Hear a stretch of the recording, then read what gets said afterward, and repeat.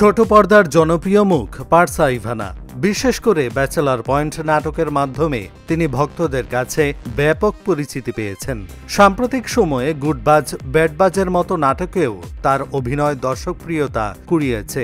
চরিত্রে অভিনয় করতে গিয়ে স্বাভাবিক ভঙ্গিমায় ফুটিয়ে তুলতে পারার দক্ষতা তাকে অন্যদের থেকে আলাদা করেছে।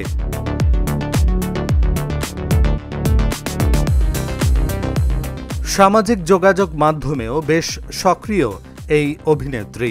যুক্তরাষ্ট্রে মায়ের কাছে অবকাশ যাপনে গিয়ে প্রায় ৩ মাস ছিলেন তিনি। সেখান থেকে শাড়ি পরা বেশ কিছু ছবি শেয়ার করে ভক্তদের দৃষ্টি কাড়েন। এক সাক্ষাৎকারে পারসা ইভানা জানিয়েছেন, রান্নায় তিনি তেমন দক্ষ নন, তবে নাচ তার প্রিয়। মায়ের রান্নার প্রসঙ্গ টেনে তিনি বলেন, আম্মু রান্নার কয়েকটা কোর্স করেছে, সব রান্নার বাস্তবসম্মত প্রয়োগ আমার ওপর করেছে। বিস্ময়কর ব্যাপার হচ্ছে, এত খেয়েও ওজন বাড়েনি।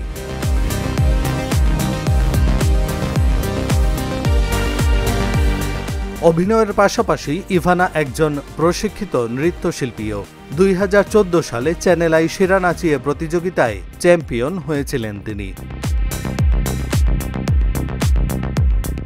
এহসানুল হক, ঢাকা জার্নাল।